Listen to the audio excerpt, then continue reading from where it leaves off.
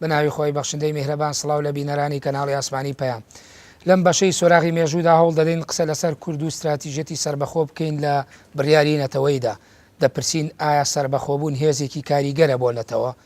ئایا کورد تا چەند توانوێتی استراتیژێکی سربەخۆی هەبێت لە ماوەی زیاد لە 100 ساڵی ڕابردوودا بۆ 100 تاوەکو دەستێوەردانی وڵاتانی هەرێمایەتی و ئیقلیمی لە کاروباری وەرنەدرێت؟ ئایا سایکۆلۆژیەتی سربەخۆنەبوونی کورد بۆچی دەگەڕێتەوە؟ بۆچی لە پرسە ناوخۆیەکانە زۆر جار پەنا دەباتە بەر هێزە دەرەکیەکان ئەگەر لە ڕووی سیاسیەوە بێت یاخود لە ڕووی سەربازیەوە بوو بێت؟ کورد بە درێژایی مێژووی خۆی بێ دەستێوەردانی دەرەکی نەیتوانیوە پرسێکی ناوخۆ شرۆڤە بکە. ئایا یەک ئیرادەی بەهێز لە ناوخۆی کووردا چۆن دروستەکەی بۆ گەیشتن بە سربەخۆیی و مافی چارەی خۆنووسین؟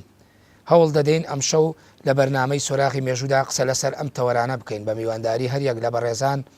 مامۆستا هۆشمان عەتا توێژەر لە مێژووی هاوچەرخی کورد، مامۆستا ئەرکان ئەحمەد توێژەر لە مێژووی نێو هاوچەرخی کورد بە خێرێن بۆ ستودیۆی بەرنامەی سۆراغی مێژوو. مامۆستا هۆشمان هێزی سربەخۆیی بۆ نەتەوە لەکوێدا؟ یعنی ئەو هێزەی کە وزە ئەو وزەیی کە ئەکرێنەتەوە وەری بگرێت دوور لە هەر دەستێوەردانێک لە غەیری خۆی بێت. بەڵێ بەناوی خۆ کاتتان باش. تەمان لە ڕاستیە هێزی سربەخۆیی و هێزی سەرخۆبوون ناو هەر میلەتێک لە دنیاە لە ناو میلەتەکەی خۆیەوە ئەبێ سەرچاوە بگرێ و هەڵ بقڵێ. یعنی ئەگەر هەر هێزێک ناوخۆی میلەتەکەەوە ناو دانیشتوانی وڵاتێکەوە یان ئەندامانی نەتەوەیەکەوە نەبێت ئەو هێزە هێزێکی ناکامڵە بێت و لە هەموو چرکە ساتێکا لە مێژووە ئامادەیە بۆ بەدەڕابردن و بۆ شکست. لە مێژووی کووردا هێزی نەتەوەیی هێزێکی بەردەوام بووە لە سەدەی 1920دا هێزێک بووە هەمیشە هەڵقوڵاوی چینەکانی کۆمەلگای کوردەواری بووە، هێزێک بووە کە تەربڕی ئەو داکۆشی و ئەو داخوازانە بووە کە میلەتی کورد لە هەر چوار پارچەی کوردستان نەهەیە بووە. بەڵام لە سەدەی 20م بەملاوە تا ڕادەیەک ئەو هێز و وزە ناوخۆی و وزە کوردیە تا ڕادەیەک لاواز بووە مەش بەهۆی ئەو دابەشکاری و بەهۆی ئەو هەژمونی وڵاتانی کە کوردستان مەسە دابەشکراوە تا ڕادەیەک پاشەکشەیەک هەیە لە ئەو وزە و هێزە نەتەوەیە ناوخۆی کوردستان. غیابی ئەوە چییە؟ ینی لە غیابی چییە ئەمە دروست بۆ؟ بۆچی کورد بە تایبەتی لە سەرەدای سەدەی 20ەمەوە بیگرە هەتاوەکو ئێستا زیاد لە سەدەیە کورد یعنی نەیتوانیەوە بەبێ دەستێوەردانی دەرەکی و بێ بارگاوی بوون بە خەیاڵدان و بە بەهێزی کاریگەری دەرەکی بۆ خۆی سربەخۆ بێت بە تایبەتی لە بڕیاری سیاسیداوە لە استراتیژەتی ئیشکردندا ئەگەر دەرەنجامی شۆڕشێک ڕاپەڕینێک بزوتنەوەیەک جوڵانەوەیەک حرەکەتێکی سیاسی بوو بێت دروستێ بۆ نەیتوانیوە دوور لەو هەژمونانە ئەم هێز و وزانە یەک پارچە جوڵە پێ بکات. بەڵێ خۆی دوو پرسیارەکە من وای بیرم دوو بەشە. بەشێکیان ئەوەی کە بۆچی کورد لە دوای جەنگی جیهانی یەکەمەوە بڕیاردانی ناوخۆیی و بڕیاردانی سربەخۆیی لاواز بووە. ئەوەی کە پەیوەندە بەم بابەتەوە ئەوەیە کە بە تەواوبوونی جەنگی جیهانی یەکەم و هەرەسێنانی ئیمپراتۆریای عوسمانی و دۆڕانی ئیمپراتۆریای عوسمانی لە جەنگەکە و وەگرێدانی ئەو ڕێکەوتنامانەی کە لەلایەن زەرهێزەکانەوە لەسەر میراتی دەوڵەتی عوسمانی واژۆکراوە گرێدراوە، کورد وەک میلەتێک کە لە بەندەستی دەوڵەتی عوسمانیا بووە بێبەش بووە لەو ئیمتیازاتانەی کە لەلایەن دەوڵەتانی زلهێز و دەوڵەتانی بەراورد جەنگی جیهانی یەکەمەوە دراوە بە گەڵانی ناوچەیە. ینی بەشێکی زۆری وڵاتە عەرەبیەکان بەشێکی زۆری و دەوڵەتانی کە دەسەر لە بەشی ئاسیایی نیشتیمانی عەرەبیان هەمویان دەوڵەتایەکی دەستکردن سنوورەکانیان سنووری دوای جەنگی جیهانی یەکەمە. بەڵام کورد لەو قۆناغەیە کە ئینگلیزەکان و کە فەڕەنسیەکان کورد ئەکەمە بەشێک لە عێراق و سووریا ئەو بەشێک کە لە ئێران وەکو خۆی ئەمێنەوە بەشێک کە لە تورکیا وەکو خۆی ئەمێنێتەوە لێرەوە کورد ئەکەوێتە کێشێکی زۆر ئاڵۆز و کێشێکی زۆر دوور و درێژ تەکنچەڵمێکی زۆر دوور و درێژ. ئەوش ئەوەیە کە جاران کورد تەنها لەگەڵ دوو ئیمپراتۆریایە کێشەی هەبوو، لەگەڵ دوو ناوەندا کێشەوەی هەوڵدانی سەربەخۆیی هەبوو. مەسەلەن شێخ عەبدوڵڵای نەهری، مەسەلەن بزوتنەوەکانی بابانەکان و بەدرخان پاشا ئەوانە بە پشتگیری ئێرانیەکان دیژ عوسمانیەکان وەسانەوە یان پشتگیری عوسمانیەکان دیژ ئێرانیەکان وەسانەوە. بەڵام دوای جەنگی جیهانی یەکەم و دوای کۆتایی هاتنی جەنگەکە و دابەشکردنی کوردستان بەسەر چوار پارچەیە ئیدی ئەگەر کوردێک لە پارچەیەکی کوردستان ویستی بێتی هەوڵی سەربەخۆ بوون ئێرانی کەم هەوڵی خۆبەڕێوەبەری بدات ئەبێت شەڕی چوار میلەت بکات، ئەبێت شەڕی چوار دەوڵەت بکات و ئەگەر بێت و لە قۆناغەکانیش دەوڵەتێک پشتگیری شۆڕشێک یا بزوتنەوەی کوردایەتی کردی بێت ئەو پشتگیری تاکتیکی بووە لە پێناو بەدەستهێنانی ئیمتیازاتە بووە لە دەوڵەتی بەرامبەر ئەگینا هیچ دەوڵەتێک وەکو دەوڵەتێکی گەورە پشتگیریەکی استراتیژی بزوتنەوەی کورد و ڕزگاربوونی کوردایەتی نەکردو. بەڵێ ماوەسا ئەرکان ئایا حاڵەتێکی سروشتیە ئێمەیە ئەمە چۆنەڵی جۆرێکە لە میسالیت بازە سربەخۆبوون بکەین لە کاتێکە یاعی سربەخۆبوون هەڵبەت لە بڕیاری سیاسی و لە استراتیژەتی ناوخۆدا لە کاتێکا کورد وەکو مامەساش ئێمای بۆ کردا بەشکراوی سەر 4 دەوڵەت و لە نێوان 4 نەیاری خۆیان دابەش بووە. ئایا عنی حاڵەتێکی سروشتیە بێ ئەم سربەخۆبوونە هەبوو بێ یاخود هەر جوگرافیا و جۆپۆلۆتیک و بارگاوی بوون بە بڕیارە سیاسیەکان و هەژمونی شەڕی ناوچەکانی نێوان هێزەکان ئیلا یعنی ئەمەیان کۆ بە ئەمری واقع کورد نابێ سربەخۆی هەبێ ئەبێ هەمیشە لە ژێر سێبەری بڕیارە دەرەکیەکان و هێزی نێودەوڵەتی و هەرێمایەتی تابوو بێت. بسم الله وبه نستعين. سپاس بۆ ئەو برایانی پشتی کامێرا و مامۆستای بەڕێزم مامۆستا و بینەرانی بەڕێزیش ئینشەڵا بتوانین لەم بەرنامەیە گەنگەشەیەکی باشی بابەتەکە بکەین. سەرەتا بێمە بزانین سربەخۆیی کورد بە تایبەت لە پێش جەنگی جیهانی یەکەمەوە کورد بۆ خۆی دابەشبوونی دوو هێزی دەسەڵاتداری عوسمانی سەفەوی بووە، جگەوەی بە جیاوازی جوگرافیا لە یەک بوون و بە جیاوازی مەزهەبیش لە یەک بوون و دواتر گەشەکردنی لە دوای جەنگی جیهانی و دابەشبوونی کوردەکان ئیتر تا ڕادەیەک دابڕانی کوردەکان بە دابەشبوونی بەسەر و دەوڵەتانایە تاو کوردەکانی تا ڕادەیەک لە یەک پارچەی ئەگەر لە دوو پارچەیە بووە کردە 4 پارچەوە. لەبەرەوەی تر لێرەوە ئەبێ ئەگەر باس لە سربەخۆیی چ لە بڕیاردان بکەین یا لە هەر بوارێکی دیکە ئەبێ ئێمە سەیری مقەوماتەکان بکەین کە ئایا ئەو مقەوماتانە کامن بۆ کەسێک یا بۆ گەلێک کە پێویستە هەبێت بۆەوەی بتوانێت بڕیارەکانی سربەخۆ بێ. یەک لەوانە ئێمە ئەتوانین ئەگەر باس لە سەرکردایەتیەکی یەکگرتووی لە ناو کووردا بکەین بۆ ئەوەی کە بتوانێت تەواوی کۆمەڵگەی کوردی کۆ بکاتەوە بەهۆی ئەو پارچەی کوردیەوە ئەمە نەیتوانیوە. لە مێژوودا بڵێ ئەمە لە مێژوودا بۆ ئەو ئێمە گەر باسی مقەوماتەکانی سربەخۆبوون بکەین. ئەو مقەوماتانەی کە ئێمە هەمان بووە ئەگەر باس لە یەکسەرکردە بکەین نەمان بووە، ئەگەر باز لە ئابوووریەکی بەهێز بکەین نەمان بووە. سەرباری هەموو ئەمانش ئەگەر لە ڕووی سەربازیەوە کوردستان نەیتوانیوە ببێتە خاوەنی هێزێک کە ئەگەر بتوانێت بڕیارەکانی سربەخۆی بێ بتوانێت سنوورەکەی خۆی لە دەستی دەرەکی بپارێزێت. لەگەڵەوانەشا ئێمە ئەگەر سەیری کوردستان بکەین بە عینوانی ئەوەی کە جۆپۆلۆتیکی تایبەتی هەیە لەوانەیە بڵێم کە من ئەو هەرێمانەی کە وەکو کوردستان بناوشەوەی کوردستان لە جیهانە هەڵکەوتە جوگرافیاکەی جۆپۆلۆتیکە سیاسیەکەی ئەگەر باسی بکەی دابەشبوونی کوردستانە بە تەواوەتی لە نێوان 4 دەوڵەتە و هەر یەک لەم دەوڵەتانەش بۆ خۆیان خاوەنی پرۆژە و بەرنامەی تایبەتی خۆیانن. تەمان لە ناو چوارچێوەی هەموو پرۆژەکانی خۆشیانە کورد بەشێکە بێ لە پرۆژەکانی ئەوان. لەبەرەوە ئێمە مادەم یەکگرتوویەکی تەواوەتی کوردیمان نییە و خاوەنی مقەوماتەکانی سربەخۆیی نین، چ لە ئابووریەکی بەهێز، چ لە هێز و سەربازیەکی بەهێز، چ لە پشتگیریەکی نێودەوڵەتی بەهێز. ئێستا بۆ نمونە ئیسرائیلمان هەیە کە دامەزراوە پشتگیریەکی نێودەوڵەتی بەهێزیە بووە توانیوێتی تەحەدای تەواوی ئەو خەتەرانەی کە لەسەری هەیە بیکاتەوە، بەڵام کورد ئەو پشتگیریە نێودەوڵەتیشی نەبووە. لەبەرەوە ئەگەر بڵێ حاڵەتێکی سروشتی ئەگەر بارگاوی بێ بە بڕیار و قەراراتی دەرەوە سربەخۆ نەبێت لە استراتیژی ئەگەر بتەوێ بڵێ حاڵەتێکی سروشتیە و پێی سروشتی نییە، بەڵام ئێمە توانین بڵین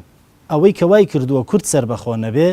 ئەبواە یعنی یەکگرتوویەکی نێوان کوردی هەبواە کە هەر لە ئەساسەوە یەکگرتووی نێوان چ کورد وەکو نەتەوە چ وەکو جوگرافیا کە دروست نەبوو ئیتر ئەمانە کاریگەری ئەکەن لەسەر ئەوانەی کە ئەم بڕیارانە بە سربەخۆیی بدرێیانەوە. هەر یەک لەوانەش کاریگەری ڕاستەوخۆی لەسەر بڕیار هەیە. تۆ بۆ نمونە ئەگەر بتەوێت لە کوردستانە بڕیارێک بدەی بەبێ 4 دەور طبعاً ئاشکرایە کە هەر بڕیارێک دەی لەگەڵ بەرژەوەندی یەکێک لە وڵاتانی دراوسێک کە ئەوانیش بۆ خۆیان خاوەن سنوورێکی جوگرافیایی کوردین پێکدادانی بەرژەوەندی ڕووەدا. ئەم پێکدادانی بەرژەوەندیە لەگەڵ هەبوونی ململانی نێوخۆییەکانی نێو کوردستان بە درێژایی مێژوو ئاسانکاریەکەکا بۆ ئەوەی هەر کەسێک بیەوێ هەر دەوڵەتێ بیەوێ دەسوەردان تۆ ئەمەی کە خۆتان باسان کرد لە دوای جەنگی یەکەمی جیهانی، یعنی ئەمە بۆ هەموو ئەم 100 ساڵە ڕاستە. ئەتوانین بڵین لە دوای جەنگی جیهانی یەکەم و دروستبوونی ئەم دەوڵەتە نەتەوەییانەی جیاوازانەی کە لە دەوڵەتی عوسمانی جیابوونەوە وای کردووە کە کورد وەکو بەشێکی ستراتیژی یا ناوەندێکی مرکزی حسابی بۆ نەکرێت، چونکە خۆی بۆ خۆی خاوەنی سەرکردایەتێکی واحد نەبووە. لەبەرەوە ئەبینین بڕیارە سربەخۆییەکانی ئەگەر هەر سەرکردەیە لە ناوچەیە یابێتی لەوانەیە بڵێم یەکەم کەسێک کە دژایەتی کردووە سەرکردەیەکی دیکەی ناوچەیی بووە کە ئەمانش زیاتر لە چوارچێوەی خێڵا کاتە فاکتەرەکان جیاوازن فاکتەری جیاوازە بەڵە سپاس مامەسا مامەسا هۆشمە سایکۆلۆژیەتی هەستکردن بە نامۆیی و پەنابردن بۆ هێزی دەرەکی لای کورد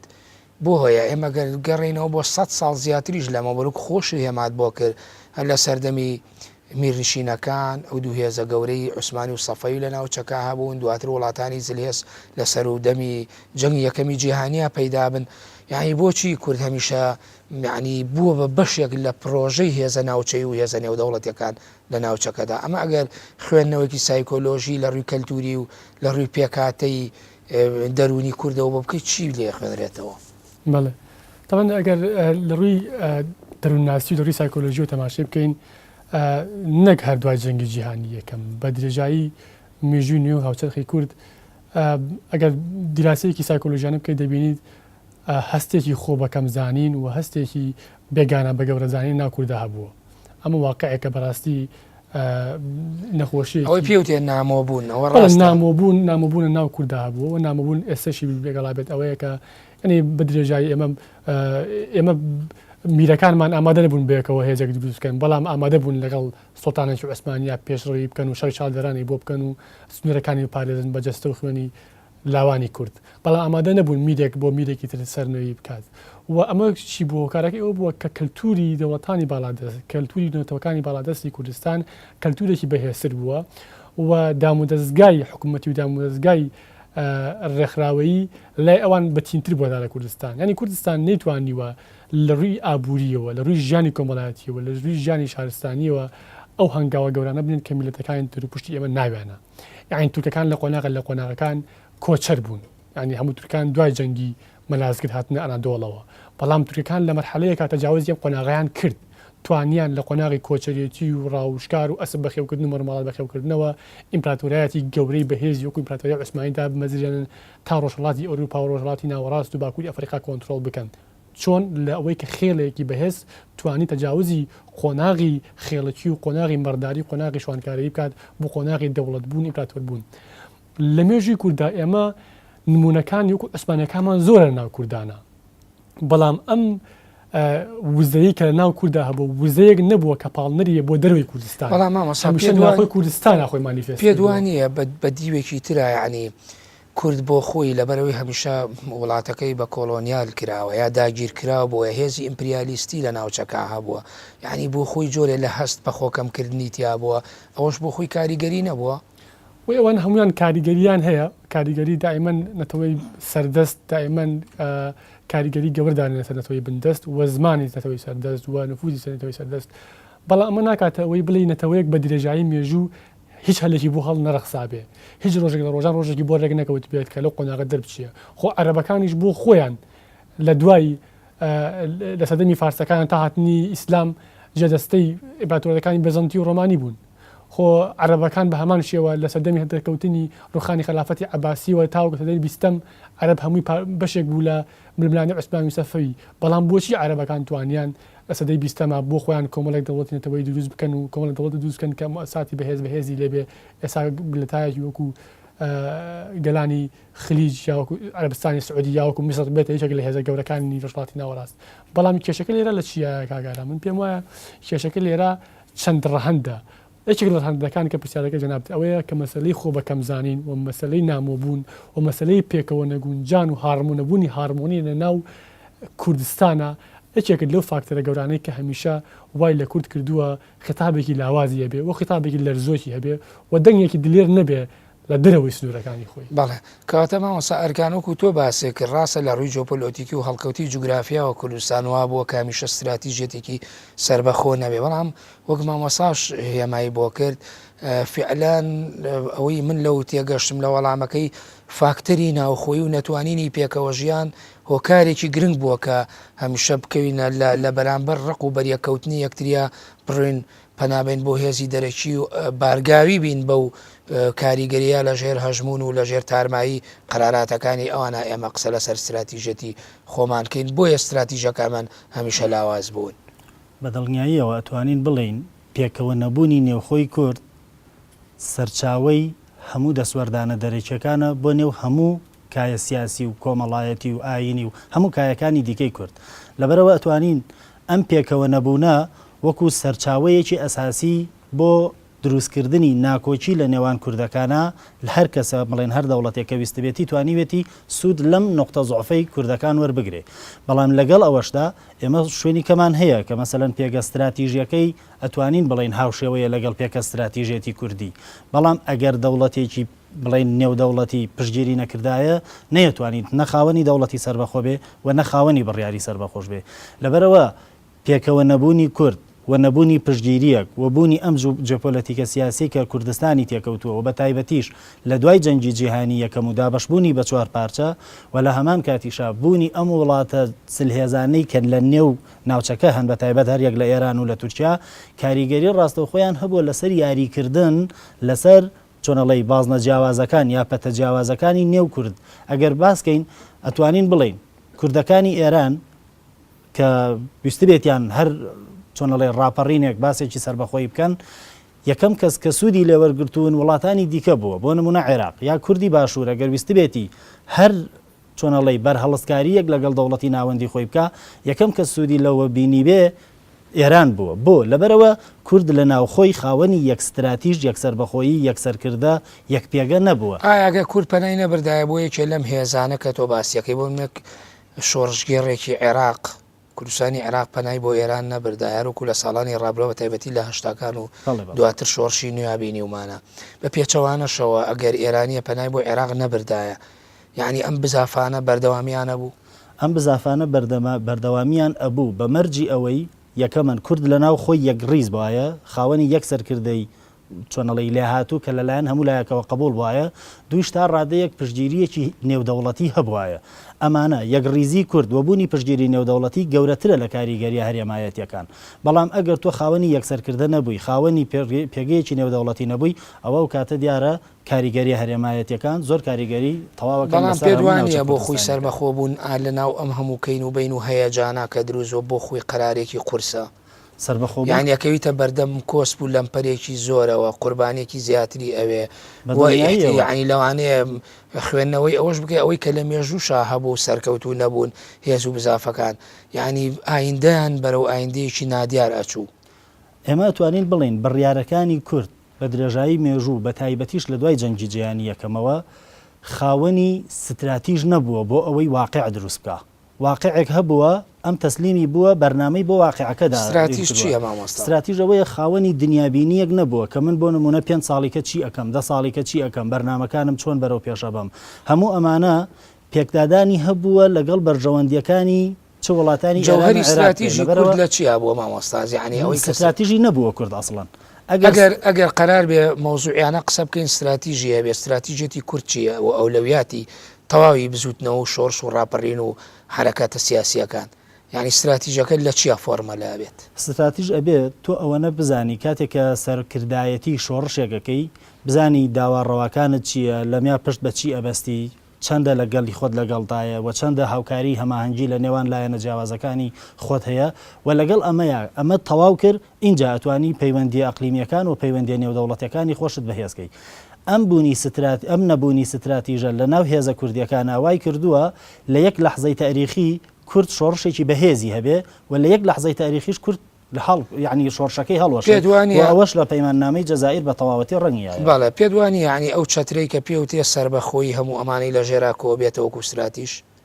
سەربەخۆبوون هەم لە استراتیژی ناوخۆ هەم ئەو سەربەخۆیی هەڵبەت مەبەستمەکە کورد بۆ خۆی لە بڕیاردانەوە دوجار ئەوژوەکو هەر نەتەوەیکتر بێ بە خاوەنی قەوارە و دۆز و کیانی سەربەخۆی خۆی بەدڵنیاییەوە سەربەخۆیی ئامانجە سەربەخۆیی ستراتیژی ئەوێ بۆ گەیشتن بەو ئامانجە ئەبێت تۆ بەرنامەی جیاوازت هەبێ یاری لەسەر پەتە جیاوازەکان بکەیت بۆی ئەگەر لە یەکیانەوە یەکیان لە دەستفڕانی بتوانانی لایەکیکەوە پێت وایە ئێمە و کەرەستە و میکانیزمانەی گیراوەتە بەر لە ماوەی 100 ساڵی ڕابردوو با بڵێن نەگەڕێنەوە بۆ سەردەمی ڕوخانی میرنشینەکان لە ناوەڕاستی سەدەی 90 پێت وایە ینی ئەم کەرەستانە کەرەستەیەکی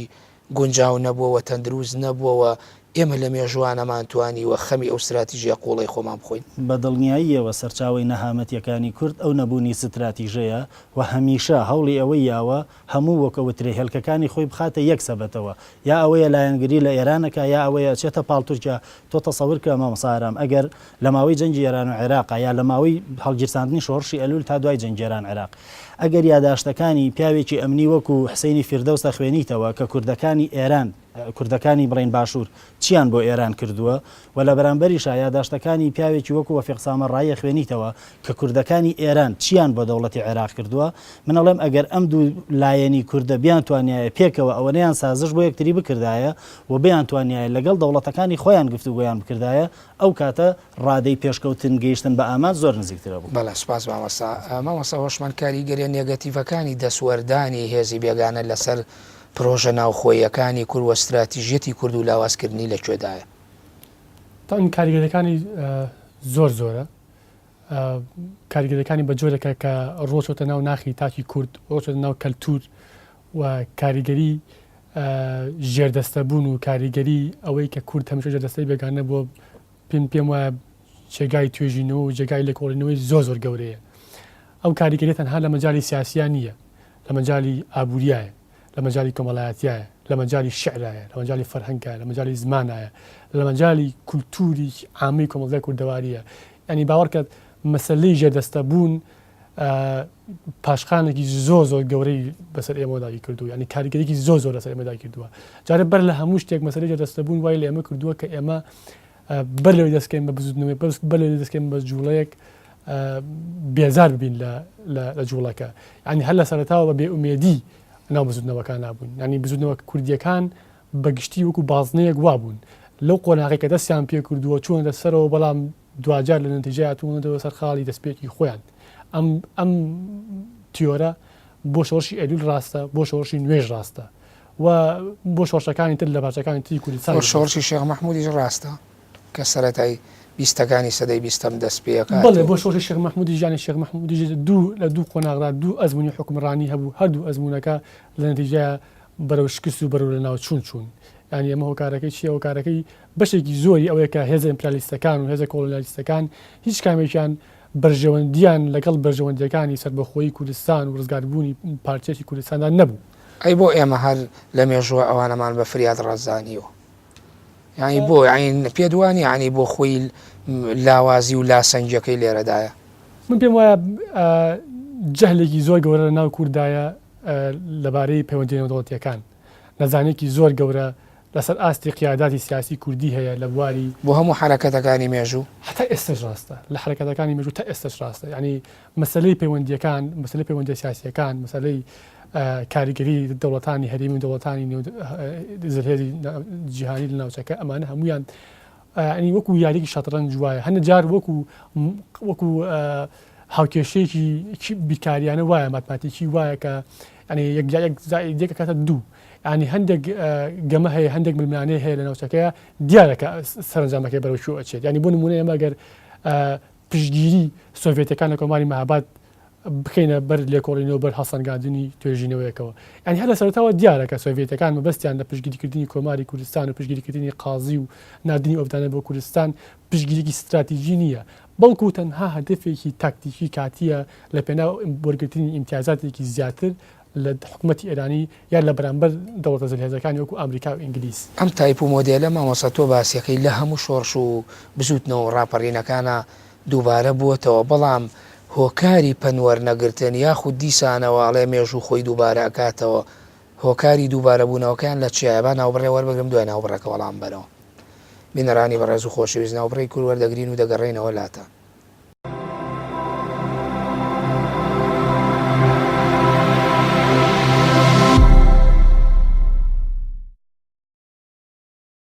دووبارە سڵاو. مامۆستا پێش ناوبڕەکەشە و پرسیارم یعنی بۆچی ئەم ڕووداوانە ئەم سینناریو تایپ و مۆدێلانە هەمیشە حزوریان هەیە بە محکومن بە دووبارە بوونەوە؟ تەڵەوە پرسیارێکی زۆر قورسەوە، پرسیارێکی زۆر قوڵیشە لە ڕاستیە. جارێ بەر لە هەموو شتێک ئێمە وەکو کورد قوربانی زۆر گەورەمان داوە لە پێناو فیدراڵی و لە پێناوی حکمی زاتی و لە پێناوی دیموکراتی بۆ عێراقیان دیموکراتی بۆ ئێران ئەو لافاوە خوێنێک ئێمە ڕۆشتومانە لە پێناو حکمی زاتیە لە ڕاستیە هیچ شایانی ئەوە نەبوو. من وەکو توێژەدە وەکو گەنجێکی کورد کە تەماشایەکەم ئێستا بە لەم 2007 تەماشایەکەم لام وایە ئەو قوربانی و شەڕێکی کە ئێمە کردومانە لە ساڵانی 60ەکان و 70ەکان و 80ەکان ینی بە زیادە کردومانە زیادەکرد لە وایە کە ئەوە نییە کە بڵێ هەوڵی سەرکردە کوردەکان و قوربانیەکان و شەیدەکانمان نادیدە بگرین بەڵکو ئەوەی کە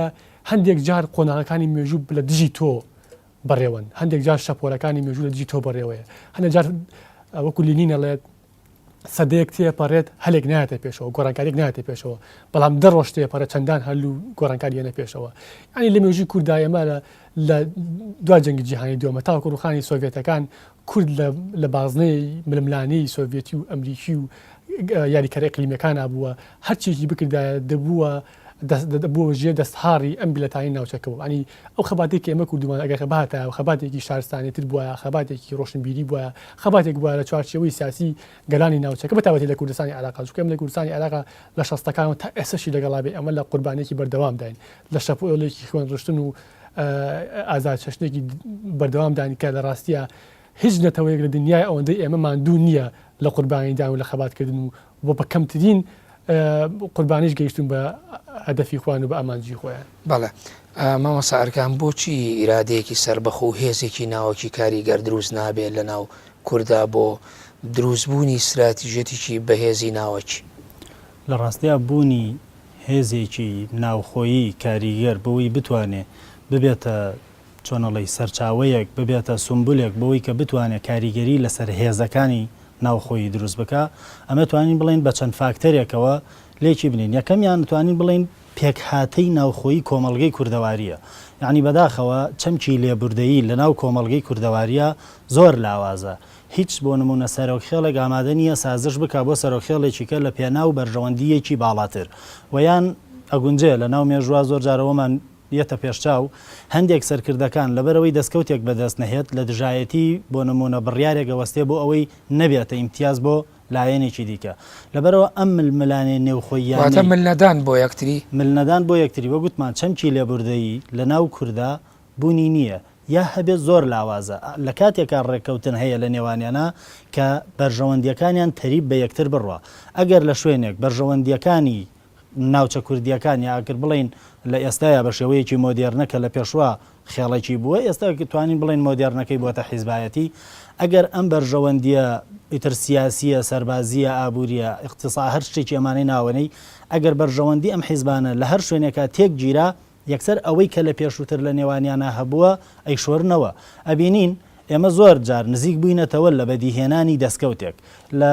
ئەگەر باز بگەڕێنەوە بۆ کەوتنی سەدام و سەرەتاکانی تر ساڵی 2023 سیرەکەین کۆمەڵە هەلێکی زۆر باش دروست بوو بۆ ئەوەی هەندێک لە ناوچە دابڕاوەکانی کوردستان بێنەوە سەر کوردستانی باشوور ئەبینین ئەم ململانێ نێوخۆییە وای کرد نەک ئەوەی هەندێک لە ناوچەکانمان لەدەست بچێ بەڵکو بتوانین دەوڵەتی عێراق بەهێزتر بکەینەوە و هەتا ئێستا بۆتە مۆتەکەیەک بەسەر ئەو بڕیارە سربەخۆیی کە بەسەر کوردستانە هەیە و ناتوانرێ بڕیارێکی سربەخۆیی بدرێت. بەڵێ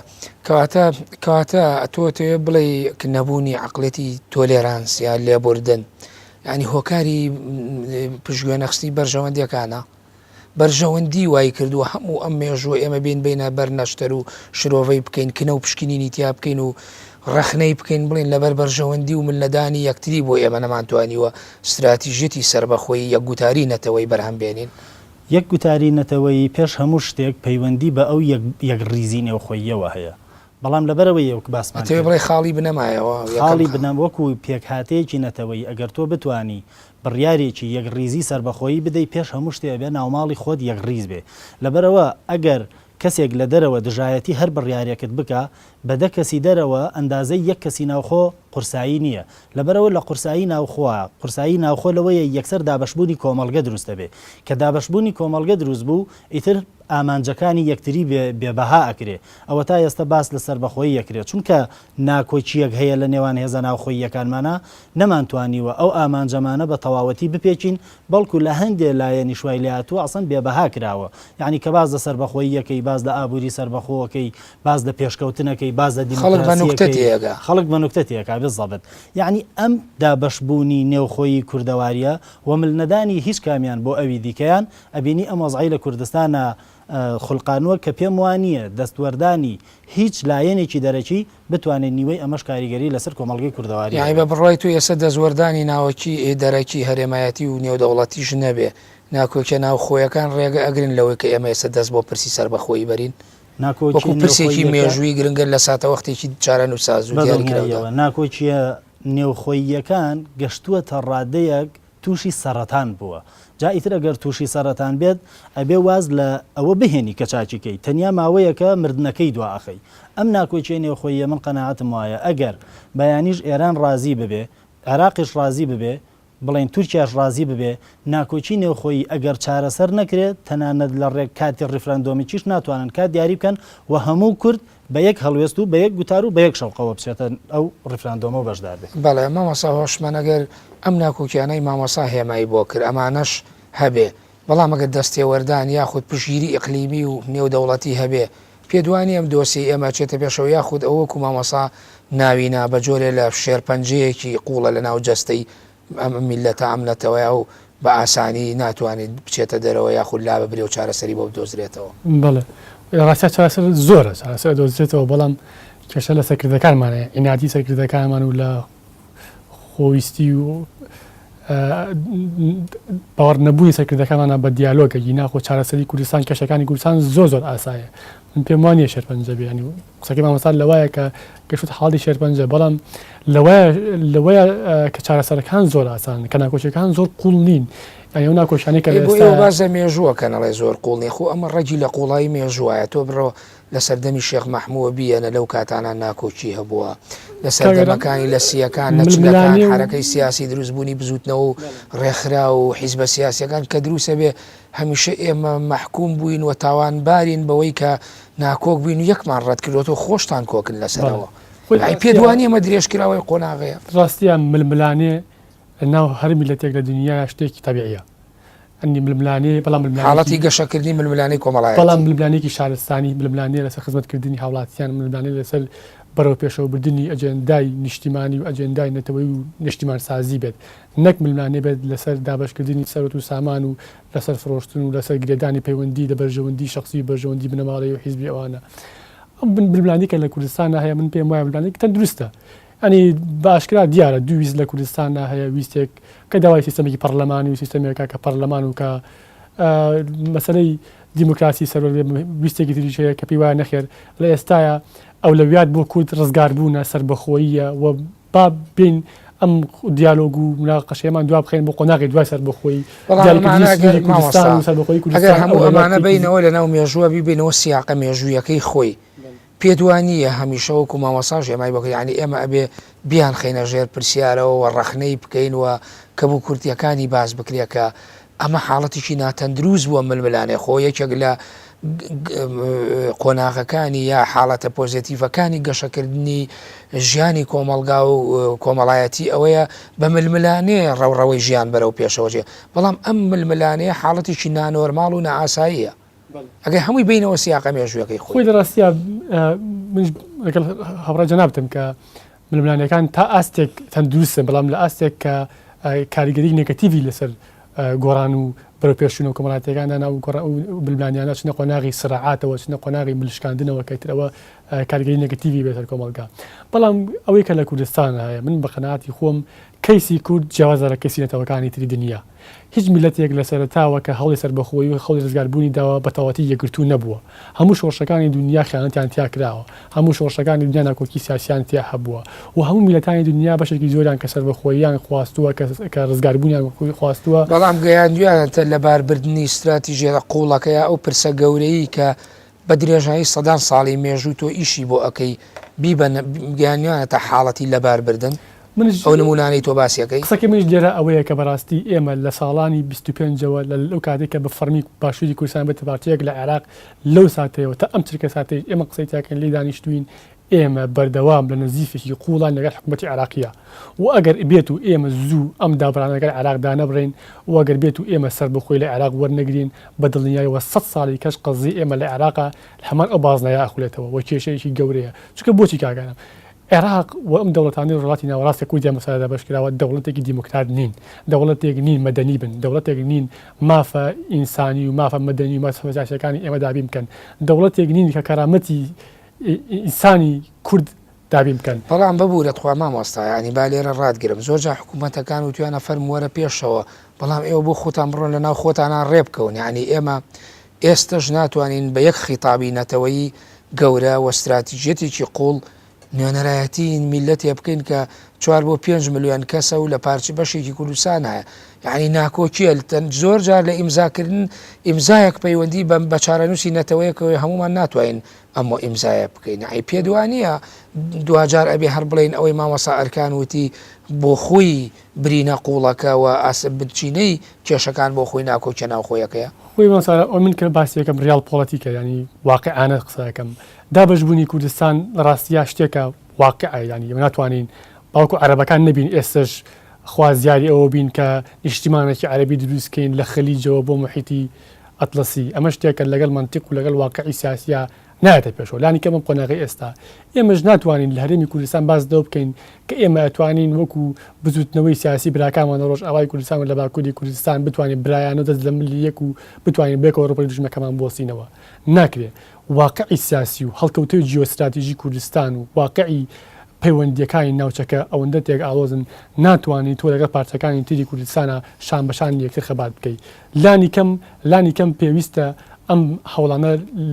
جاری یەکەم لە باپارچەیەکی کوردستانەوە دەست پێ بکات و لانی کەم هەڵ بدرێت ئەو پارچەیە کە کوردستان کە باشووری کوردستان قوربانێکی زۆری داوە مادوێرانێکی زۆری داوە ئابووری کوردستان داتەپیوە لە قۆناغەکانی ڕابردووە ئەنی ئێستاشی لەگەڵاتی وڵاتەکەی ئەوەدان نییە بەڵام باشە بەڵام بۆ خۆی چەند هێزێکی سیاسی لەو پارچەی کە تۆڵی لە سەرەتاوە بالێەوە دەست پێ بکە ناتوانن یەک گوتاریانە بێ من پێم وایە لە نەتیجە یەکگوتاریان هەیە بۆ ئێستاش هەموو حیزبە سیاسیەکان لەم پەڕی ڕاستەوە بۆ پەڕی چەپ لە پەڕی دینیە بۆ پەڕی ئەلمانی هەمویان باوەڕی تەواویان بە ڕێفراندۆم هەیە کەس نەیوتەوە بە ڕێفراندۆم نییە کەس نەیوتووە کورد حەقی سەربەخۆی نییە بەڵام جەدەلەکەی خۆشبەختانە لێرە ئەوەیە کە جەدەلێک ئەوەیە کە پێویستە دەوڵەتێک دروست بکرێت کە لە ئەساسا پایەکانی دەوڵەتێکی حکومڕانی مەدەنی بێت و دەوڵەتێک بێت ئەمە زۆر گرنگەکارم چکە بەشێکی زۆری میلەتانی دنیا دەوڵەتیان دروست کرد دەوڵەت ئامانجە گەورەکە نییە دەوڵەت کاتێک گرنگە کە لە خزمەتی ئینسانە بێت تۆکە دەوڵەتێک دروستکەی بکێ بە زیندانی هەڵاتەکانی ڕابکەن هیچ بەهایەکی نییە بەشێکی زۆری میلەتانی دنیا دەوڵەتیان دروست کرد بەڵام دوای دروستکردنی دەوڵەتەکە سەدەیەکی ویست تاوەکو دەوڵەتەکان بە دەوڵەتێک کە خزمەتی هەڵاتەکانی بکە بەڵکو بوو بە مۆتۆکەیەک بەسەرشانی هەڵاتەکانیانەوە بەڵێ مامەستا ئەرکان هۆشیاری سیاسی تاکی کورد بەکوێ گەیشتووە ئێمەگەر بەراوردی بکەین بە قۆناغەکانی مێژوو ئایا عەقڵێتێکی پێشکەوت و بەرهەم هاتوو تەجاوزی قۆناغەکانی ڕابردوو بکە ئەوەی کە ئێوە هێماتان بۆ کرد زۆر جار ململانەیە یاخود مێنتاڵێتی خێڵ زاڵە بەسەر ململانەکانە ئایا هۆشیاری تاک نزووکی کردووە یاخود دیسانەوە هەمان هۆشیاریە لە بەرگێکی نوێ دووبارە ئەبێتەوە ناتوانین گەشتبین بین بەوەی کە بتوانین پێکەوە بین و یەکدەنگ و یەکگوتار بین بۆ استراتیژیتێکی گەورەی سەربەخۆی نەتەوەی لە ڕاستیە وشیاری نەتەوەیی لە ئێستا لە کوردستانە من بەداخەوە کە ئەماڵێم وشیاریەتێکی زۆر لاوازە ئەوی دەتوانین بیکەین بە چەند قۆناغێک یعنی بەپێی پۆلێنی کۆمەڵایەتی ئەتوانین دابەشیکەین یەک لەوانە ئەگەر هەر لە چینە خوارەکانی کۆمەلگەوە پێین پیاە چینەکانی خوارەوەی کۆمەلگە بە تایبەتی ئەوانەی کە ئیتر تا ڕادەیەک لە خوێندن و خوێندەواری چۆنەڵی بەهرەمەند نەبوون ئیتر بە هەر هۆکارێکە بوو بێ ئەوە تا ئێستش ناتوانین بڵین تا ئەو ڕادەیەی کە هۆشیاری نەتەوەیی پێگەشتووە بتوانێت خۆی چارەنووسی خۆی دیاریکە ئێمە هەمیشە لە کۆڕوسی مینار و گلەی پەرلەمانتارانۆمانە بینین موچەخۆری بندیوارمان هەیە موچەخۆری نازانم 37,000مان هەیە یعنی کەسێکە ئەگەر توانی بێتی ڕێیەکی خۆی یا هێزی خۆی بداتە 37,000 ئەمە باوەڕ ناکەم وشیاری نەتەوەی ئەسەن لای گەشەی کردبێ وشیاری نەتەوەی وەکو تاک وشیاری نەتەوەی لە لای کۆمەڵگەی لای کۆمەڵێکی نخبەی ڕۆشنبیر ئەنا خۆڕۆشنبیرمان هەیە وابەستەیە بە حیزبەکانەوە یعنی ئەگەر 100 شەهادەشی هەبێ سەرۆکی حیزبەکەی هەرچی وت ئەم بۆی نییە ئیتر لەیلادا حتا ئەگەر بزانێ واقعەتێکیش دژی ئەم قسانەیە بەڵام ئەو هەر ئامادەیە لەبەر ئەو بەرژەوەندی کە هەیەی پاساوی بۆ بهێنێتەوە لەبەرەوە هوشیاریەنەتەوەی یەکەمان لە چینی خوارەوە هەر نییە لە چینی ناوەندا نخبەیەکی کەم هەیەی کە بەرژەوەندی لەگەڵ حیزبانیە لە چینی باڵایە من ئەسەن نەک پێم وایە هوشیاری نەتەوەییان نییە ئەسەن پێم وایە ئەمانەی سەرەوە وشیاری نەتەوەییان لە لای خەڵک بێ ئەهمیەت کرد هەر نەیانزانی وشیاری نەتەوەیی چۆن بگەیەنن بە خەڵک یعنی ئەگەر لە سادەترین شتا باسی بکەین داخستنی پەرلەمانە ئەم دوو هێزە کە هەبوون بەرامبەر یەکتری ئەگەر هێزی بەرامبەریش کە خاوەنی سەرۆکی پەرلەمانە چەکداری هەبوایە هەر لەو دقەیەوە پێکدادانی سەربازی ڕوویەدا وەکو چۆن لە دوای هەڵبژاردنەکانی نەوەویەکەوە ڕوویدا لەبەرەوە لە ناو گەلێکە ئەگەر خاوەنی هوشیاری سیاسی بێ یا وشیاری نەتەوەیی بێ یەک ئامانج و استراتیژ دیاری ئەکا ئیتر هەموو شتەکانی کە ئەکاتە چڵوپۆپێک بۆی بتوانێت بگاتەوە استراتیژە بەڵام بەداخەوە نە لە ناو سەرکردەکانمان نە لە ناو کۆمەلگەی خوارەوە من ئەو وشیاریە نابینم لە نێو چینێکی کەمی نخبەی ڕۆشنبیر ئەو وشیاریە بەدەم بە واقعیش دیارە بەڵێ بۆ ئایندەش ئەوە چاوەڕوان ناکرێ وشیاری هەوێکە ئێستا گۆڕانکاریەکان خێران و لەوانەیە بەبەراورد لە قۆناغەکانی مێژووی ئەمە ئەگەر خوێندنەوەی بۆ بکەین جیاوازترە وشیاریەکان ئێساچێ پەیوەستە بەوەی کە لە کوردستانە تا چەندێک لایەنی تەکنۆلۆژیا ئێستاوای لێ هاتووە سەرچاوە زانیاریەکان چەند ڕەهەندی بوون یعنی فراوان بوون سەرچاوی زانیاری کۆمەلگەی کوردەواری ئێستش بۆ خۆی خوێنەوارە بەهۆی ئەم تەکنۆلۆژیای کە هاتووە هەر کەسێ بۆ خۆی ئەتوانێت متابعەیەکی دیاریکراوی خۆی هەبێ ئێستا وەک جاران نییە بۆ نمونە لە یەک رادیۆ و تەلەڤیزیۆنەوە لە یەک بارەگاوە تەنیا ئیلقاکردنێک بێت تەڵقینی ئەو کەسە بکرێ کە ئاو هایە و ئەمە یەک و دووە کاتە بۆ نمونە یەک و یەکە ئەکاتە دوو ئێستا بەهۆی ئەوەی کە سەرچاوەکان جیاوازن و کۆمەلگەیەکیش تا ڕادەیەک بەرەو خوێنەواری ئەڕوا و لێرەوە وای کردووە کە ئۆپۆزیسیۆنێک دروست ببێ کاریگەری هەبێ لەسەر ئەم هوشیاری نەتەوەیی کە لە نێو چۆنەڵی کۆمەلگەی کوردەواریە هەیە پێشبینی ئەکرێت لەو کاتانەی کە سیاسیەکانی ئێستا دەست لە بینەقاقەی تجارەت واز لێ ئەهێنن لە داهاتوە ئەم وشیاری نەتەوەیە کاریگەری هەبێ و بتوانێت سیستەمەکەمان بگۆڕێ ئەویش بە وەک باسمان کەرە مجارێ بە یەکڕیزی ناوخۆیی کە سەرچاوی هەموو پێشڕکەوتنەکانە بەڕێئیمە بەڵێ مامۆسەوەشم میکانیزمەکانی بڕیاری استراتیژی دوور لە دەستی وەردانی دەرەکی و کاریگەری ئەوەی کە تۆش باسکی تەنانە ناکۆچە ناوخۆیەکانەگە بڵێن کورد لە باشووری کوردستان لەگەڵ حکوومەتی عێراق وە کاریگەری وڵاتانی ئیقلیمی لەسەر قەزەی کورد یعنی میکانیزمەکانی استراتیژەتی سربەخۆی چۆن ئەگیرێتە بەر بە دوور لەمانە بەڵێ خۆی هەلە سەرتاویستم ئەوەش ڕوومکەمەوە کە یعنی کاریگەری دەوروبەر لەسەر ئێمە هەیە وە کاریگەری ئێمەش سەر دەوروبەر هەیە ئێمە مادەم لە سەرزەوی دەژین و مادەم سیستەمی سیاسی لە دنیا سیستەمێکە سیستەمی نێودەوڵەتیە سیستەمێکە هەر نەیشنێک هەر نەتەوەیەک دەوڵەتێکی هەیە و هەموو دەوڵەتەکانیش بەرژەوەندیان هەیە هەندێکجار بەرژەوەندی من ئەکاتە زیانی دەوڵەتەکانی دراوسێم لەبەر ئەوە شتێکی واقعەکە دەوڵەتەکان هەمویان متابعی یەکتر بکەن و ترسیان لە یەکتر هەبێ و هەمویان کاریگەریشان لەسەر یەکتر هەبێ ینی کاریگەری لەسەر بزوتنەوەی کوردی کاریگەری یەک نییە تەنها لەسەر کورد هەبێت دەوڵەتان یەک و ئەمریکاش کاریگەریان لەسەر ینی ئەمریکایەکان کاریگەری مەکسیکیان لەسەر چکە دراوسیانە بەریتانیەکان کە لەگەڵ ئەمریکایەکان دۆستی هاوپەیمانن بەریتانیەکان ئێستش لەلایەن CIA متابعەکرێن یعنی ئێستش ئەڵمانیەکان لەلایەن NSA-ەوە لەلایەن دەستگا مخابراتەکانی ئەمریکا و متابعەکرێن ینی کاریگەری سیستەمی نێودەوڵەتی سیستەمێکە تێیە متمانە سەفرە هەموو کەسێک کاریگەری بەسەر ئەویترەوە هەیە هەموو کەسێک بەگومان لە ئەویتر لە کوردستانە مادام ئێمە ملەتی وەکو کورد لە هەر شوێنەکە خەباتکە لە هەر شوێنەکە هەڵی سەربەخۆی خەڵی ڕزگاری نیشتیمانی بدات دەوڵەتەکانی دراوسی هەمویان بەشێک لە کوردیان هەیە ئەو کاتە کاریگەری دووجارە بێتەوە ئەگەر باتە ئێران یان تورکیا بەشێک لە کوردستانی نەبووە لەوانەیە ئەو کاریگەرە بەیەسر نەبووە بەڵام ڕاستە و خۆ هەبەرەوە پێشوونێک لە پارچەیەکی کوردستان دینامیکیەتی هەیە و کاریگەری و جوڵەیەکی سیاسی هەیە لە پارچەکانی تری کوردستان لەبەرەوە زۆر وازحە ینی شتێک نییە لۆمە بکرێت کاریگەری دەوڵەتانی کوردەوە هەیە ئەمەی تۆ بەراوردەکەی هەز ناکەی ئەوان هاوسەنگانە یاخود ئەزانن استراتیژیە دوورمە و داکە لەکوێیە بەو شێوەیە هاوسەنگیەکان جیاوازە لەوەی ئێمەکە بە حاڵەتیشی نێگەتیو بەسەر ئەشکێت پێم وایە کێشەکە نەزانینی کێشەکە هێزە ئەین تۆ چەندێک هێزت هەیە ئەوەندە قسە دەڕوات چەندێک هێزت هەیە ئەوەندە دەتوانی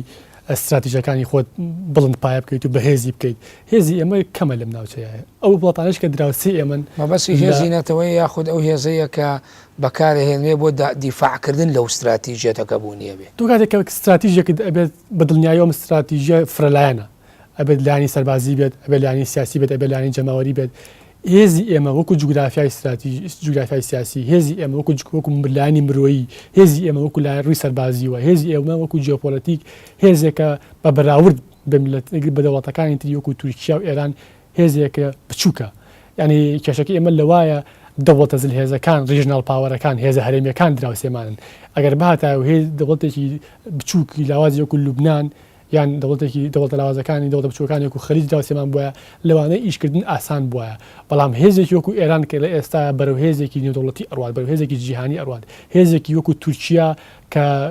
جۆرج فریدمان لە 100 ساڵی داهاتوە بێت یەکێک لە جەمسەر گەورەکانی دنیا کەواتە کێشەکە ئێمە زۆر کێشەیەکی قوڵترە و استراتیژەکانی ئێمە پێویستی بە وردەکاریکی زیاتر هەیە لەک باشووری کوردستان من قەناعەتم وایە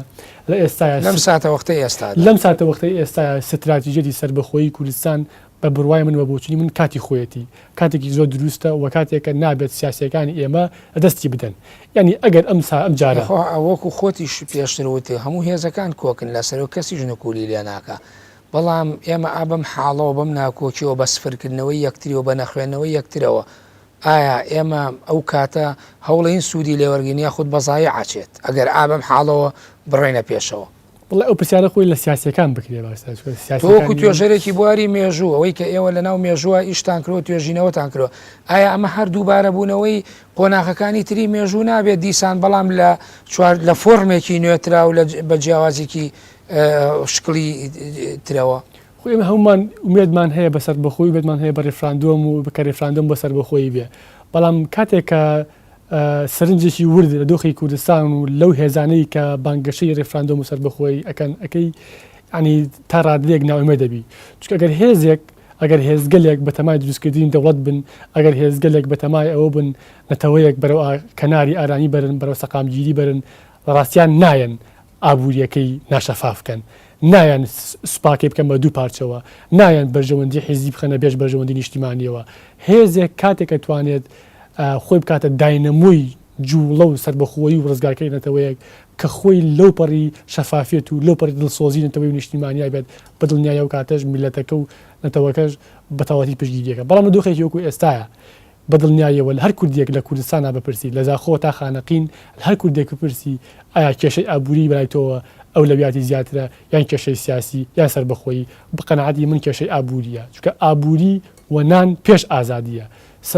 پێش سربەخۆی ژیانە و کاتێک تۆ سربەخۆ بیت ژیان نەبێت وڵاتێکی من عەزیل بیت وڵاتێک بیت دابراوی لە دەرەوە وڵاتێک بیت هیچ ئێترافێکی قانونی و سیاسی نێودەوڵەتی نەبێت بەڕاستی ئەو سربەخۆیە شتێکە ئەچێتە خزمەتی پرۆژەکانی ئێمەوە بەڵێ سوپاس مامۆستا من کاتی بەرنامەکەم تەواوی مامۆستاگە تعقیبێکت مابێت لەسەر کۆی تەوەری بەرنامەکە و بۆ چونانەی مامۆستا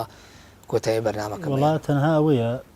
ئێمە هەمومان کۆچین و هەموو سیاسەکانیش کۆکن لەبەر لەوەی کە ئامانجی سیاسی کورد بریتە لە سەربەخۆیی کێشەکە لەوە نییە و ناکۆچیش لەوە نییە بەڵام کێشە ئیتر وردە لە دروستبوونی میکانیزمەکان دروستە بێ یەکێک بەکو مامۆستاوتی سەربەخۆی پێ باشە یەکێک لە ڕێی پەرلەمانەوە یەکی ئەبێ سەرۆک حیزبەکان بڕیار بدایەکی ئەڵێ بێ گرتنەبەری ڕێکارەکان لەبەرەوە میکانیزمەکان واکە ئەم ناکۆچێنەوە خۆیە دروست بکە کە بەداخەوە مەترسی گەورەیە بۆ سەر شکستی ئەزمونەک بەڵێ زۆر سپاس بۆ مامۆستا ئەرکان ئەحمەد توێژەر لە مێژووی و هاوچەرخی کورد سپاس بۆ مامۆستا هۆشمەند عەتا توێژەر لە مێژووی هاوچەرخی کورد سپاس بۆ ئامادەبوونتان لە ستودیۆی سۆراغی مێژوو